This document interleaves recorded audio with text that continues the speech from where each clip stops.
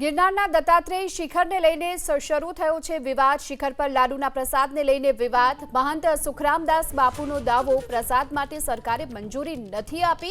વર્ષ 2016માં મંજૂરી માંગી હતી પણ સરકારે ન આપી હોવાની વાત કરી। દત્તાત્રેય શિખર જૈન મુનિનું નિર્વાણ સ્થાન હોવાનો જૈન અગ્રણીએ પર દાવો કર્યો છે।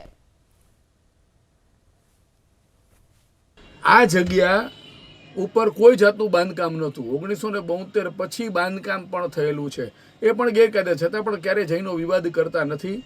અને અમારી તો તંત્રએ કદાચ લાડુ ચડાવવાની ના પાડે કે લાડુ ચડાવીને ભગવાનને લાડુની પ્રસાદી ચડાવે છે એવી એમની આસ્થા ને શ્રદ્ધા છે દિગંબર જૈન સમાજની, તો એને ચડાવવા દેવો કે ન દેવો એ સરકારનું કામ છે। પણ ત્યાં જાય અને રસ્તામાં પણ કોઈ નિમનાથ ભગવાનની જે બોલે તો પણ એને ના પાડવા માટે થઈને ગયા વખતે તંત્ર ઉપર બહુ દબાણ લેવામાં આવેલા હતા, કારણ કે બહુમતી સમાજ છે, જૈન સમાજ છે તે લઘુમતીમાં છે, એટલે એને દબાવવાની પૂરેપૂરી કોશિશ કરવામાં આવી રહી છે। 16 ની અંદર નિર્માણ યાર્ડો માટે જે માંગણી કરી હતી ત્યારે સરકાર ત્યારે પણ માંગણી રદ કરી છે, આપી નથી।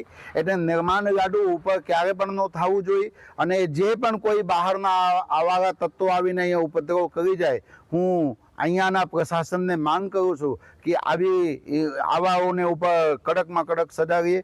જે નીચે તમારે લોકોને જે કંઈ થતું હોય એ નીચેથી કરીને શાંતિપ્રિય કાર્યક્રમ પતાવીને તમે વહી જાઓ, અને કારણ વિનાના વાદ વિવાદ થઈને કરીને અને તમે ઉપર ગિરનારને ઉપર કોઈ પણ પ્રકારનું તમે દેખાડો ના કરી શકો।